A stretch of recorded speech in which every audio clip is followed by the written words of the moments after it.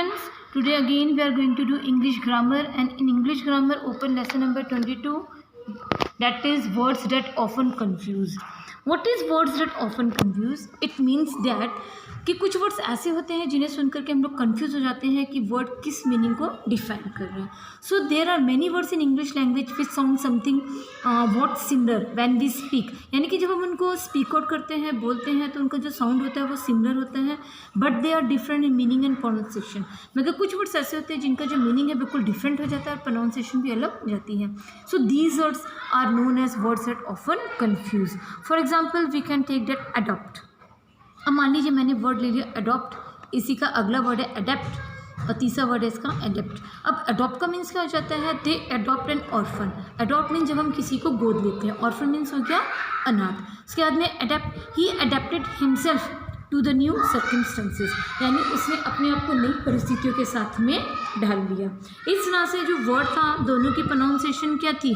लगभग सेम जा रही थी, मगर दोनों के मीनिंग में क्या है? There is a lot of difference. अब मैंने वर्ड ले लिया बर्थ और बर्थ. एक बर्थ का मतलब हो जाता है अ न्यू बॉर्न बेबी जिसका बर्थ होता है, और दूसरी बर्थ का मतलब हो जाता है when we get a seat reserved in a bus और in a train.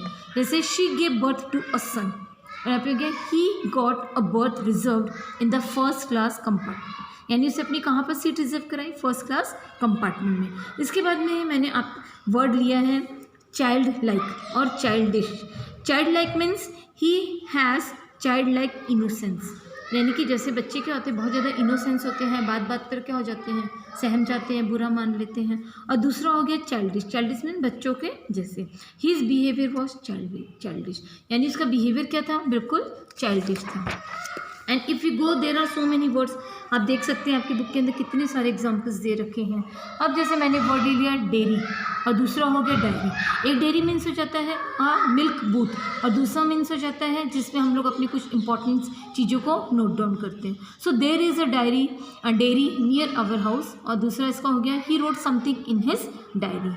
So you can go with all these words. You will come to know there are so many words which have the same pronunciation but their meaning is different. I'll give you one more example like principal and principal. There are two words.